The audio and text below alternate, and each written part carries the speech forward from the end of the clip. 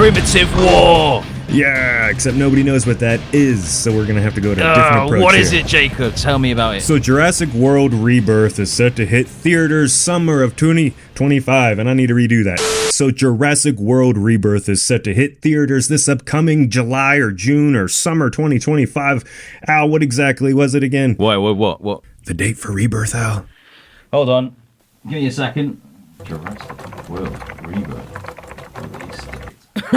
2nd of July, 2025. July 2nd, that's what it was. Well, that's a long wait, so in the meantime, we have a brand new dinosaur movie also coming out. A dinosaur war movie, actually. Dinosaur war movie. I feel like that's a great title. Movie. If Wait. I think you could say like Primitive War.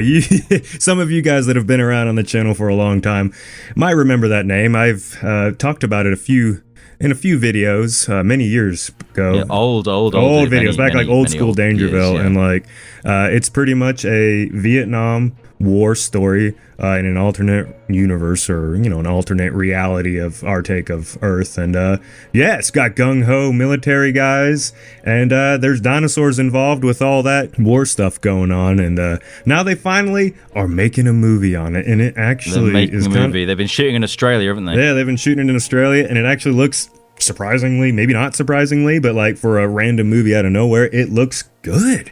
And it does look really good. Yeah, and we actually got to talk to the director of it, ask him a bunch of questions to kind of give us and you guys more of an idea of what to expect with this movie, because I know a lot of people didn't like the Jurassic World movies. I enjoyed them, but I also didn't really like the vibe of them not being, what's the word, Hal? Tough? I don't know. Realistic, grounded, good. Yeah, there you go. And that's why Primitive War might be special, because it's completely different than Dominion. Both Jurassic World Rebirth and Primitive War, everything we've seen, they both look amazing. It's going to be an amazing year for dinosaur films. But obviously, like Primitive War is going to be like a very different vibe to a new Jurassic World, because it's not worried about trying to like please, obviously this whole child audience. Yes, it's gonna be brutal. Rated R, everyone. So if you're looking for your rated R war movie that has dinosaurs, stay around and listen to this whole video. Yeah. All right, Al, let's get to the questions. The first thing we said was, working with source material and pre-made stories is a part of the film industry that many would say is under the most pressure from audiences. How did you approach taking a look with a cult following and respectfully translating it into a film? And Luke Spark, who's the director of the film, had this to say. Luke. I agree, and what helps is that I'm a fan. I picked this project and have developed it all the way. It wasn't just thrust upon me to make something it's not, but it is a lot of pressure, especially as more stills, BTS, and shots go public. I can say our team and myself are watching and listening. I trawl through the comments on this net every few days. Which is obviously, it's good to hear. He's obviously listening to feedback if there is any. Hey, I'll just leave this one for you guys all to, think about in your minds. Notice how the first thing he said was, I'm a fan of the book. I think that's all we need to know. So if you're a fan of the book, you should hopefully be happy that this guy's directing it. It's not just like a nobody. Next up, he said, or we asked, what are your top 3 films that have most inspired you for this production? Now, this one is something that I was very curious about, because I love Vietnam films. They're some of my favorite films. And he said, Platoon and Apocalypse Now, which is so great to hear, were 2 visual sources that inspired a lot. I wanted to ensure this was a war film that has dinosaurs in it, rather than a campy dinosaur film with so-called soldiers running around. I brought in some of the best military advisors into this business and spent time making sure Vulture Squad could be a real unit in the war, which turned into making them part of the Long Range Recon Patrol, or LRRPs. The next film inspiration is probably obvious. I saw Jurassic Park when I was 9 years old, there you go. And it left such a big impression on me. So to do Primitive War is such a full circle moment that I just want to get right. And I also have a big soft spot for Jurassic Park: The Lost World, and took some inspiration from their night sequences and aliens. That's great. I mean, you can probably get a good idea on what kind of film it's going to be just from those inspirations. Yeah, you get a real good idea. You get a Vietnam War movie, give a little dabble of Jurassic Park and a little dabble of the Alien franchise, and boom, that kind of gives you a rough idea of what to expect. Dinosaurs, guns, Vietnam. I know something crazy, Al. I don't really like Vietnam War movies, to tell you the truth. Ain't that crazy? Anyway, moving on to the next one. I don't know if you can just move on. You can't just say something like that and then just move on. Do you not like my one then? That was good. I mean, can you say mine is the best Vietnam War movie you've watched if you're not really a big fan of them? If it makes you happy. Thank you. Next up, we asked, when should we expect to see a glimpse at your dinosaurs? It's an important one. And he left a pretty short answer, which is, you will see some in our first teaser trailer. All right, first teaser. And we do actually get some information on when we can expect that teaser trailer later on in the Q&A. Yes. So, Next up, we've asked him, people who haven't read the books won't know just how intense, both physically and mentally, this primitive war world can be. It showcases war, brutal fatalities, both by dinosaurs and the humans. And considering the sci-fi fantasy subject of time warping and dinosaurs, the story still brings a lot of psychological elements to its main set of characters and even deep drama aspects to the table. Will the film still hit all these angles? Specifically the dinosaur attack scenes, because they make Jurassic Park look like Barney the Dinosaur. So the books are way different than the Jurassic Park movies. Like, if you read the book for the Jurassic Park or The Lost World, it's almost a completely different story. Like, it follows the same kind of blueprint, but it's really completely different. Yeah, so he basically just goes on about how there are differences from the books to movie, but I think the most important thing to really note down here is that he says there are some brutal scenes, and I think fans of the book will know which parts I'm talking about, and being rated R, we can push the boundaries over just implied deaths, which is so good to hear. Oh man, and I read the book, and I can tell you guys, if you haven't read the book, if you have, you know.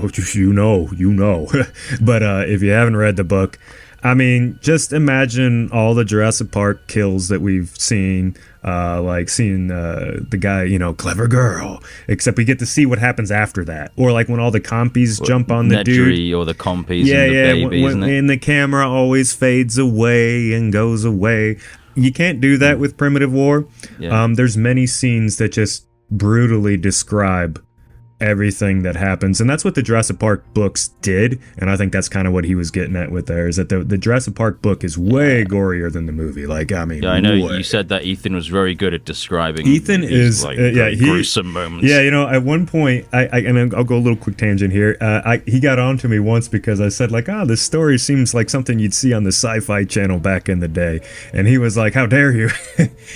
Because it's just that more, this truly is like, a war film, a really good one, just with dinosaurs, and it doesn't have that cheesy kind of presence that those movies would have. So, yeah, I think just prepare yourselves for something that is very intense. Like, if you don't like Jurassic World and how it's all just child friendly, there you go. It's gonna be what you want. So, what's the next one? Next up, we asked him just a simple question: is what's your favorite, T-Rex or Utah Raptor, and will they show up in the movie? And he said, I like them both in different ways, but my heart has to go to the Rex.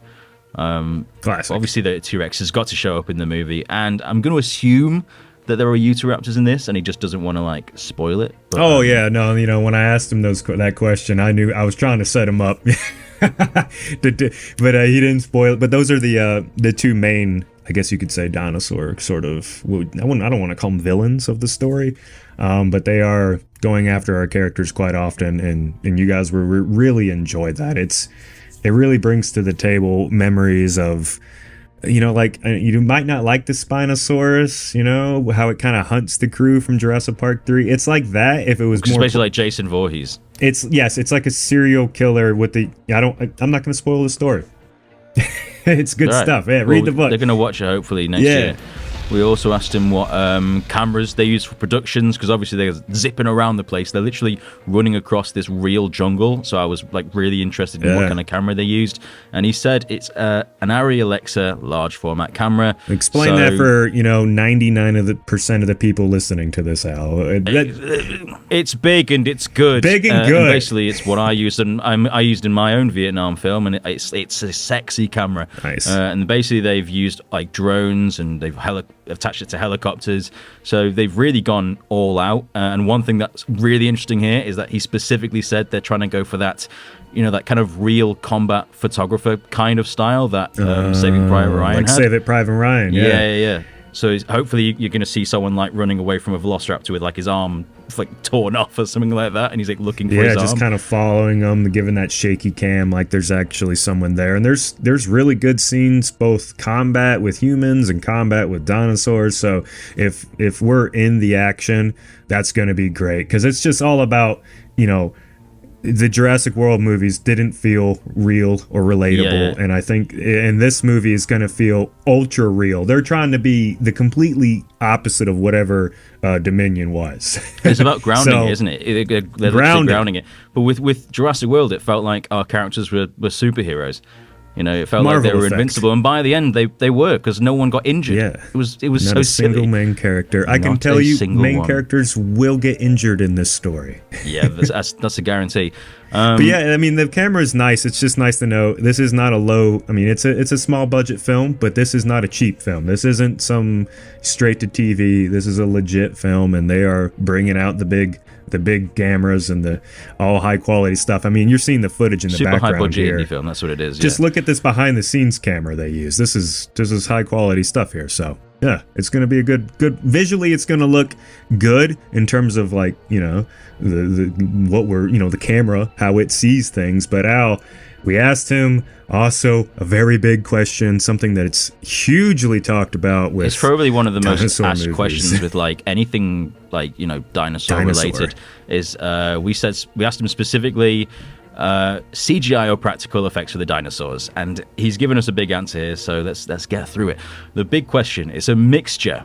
Anything I could do to help the cast on set, all references and so forth, we did.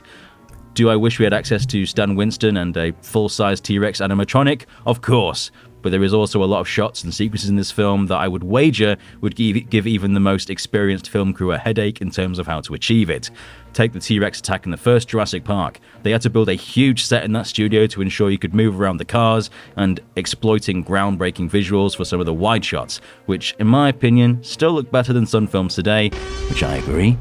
An amazing sequence and amazing filmmaking. It's all about the puzzle of filmmaking and what serves the story best for the film's time, budget, and a million other micro decisions you have to make every day when running a production. In our film, we decided to shoot it all in real jungles and locations to make it more authentic, so then the decision on practical dinosaurs flows down to the question on weather, access, designs, function, and more. So to cut a long answer short, they are both in the film, but all that really matters is how do we make the dinosaurs believable?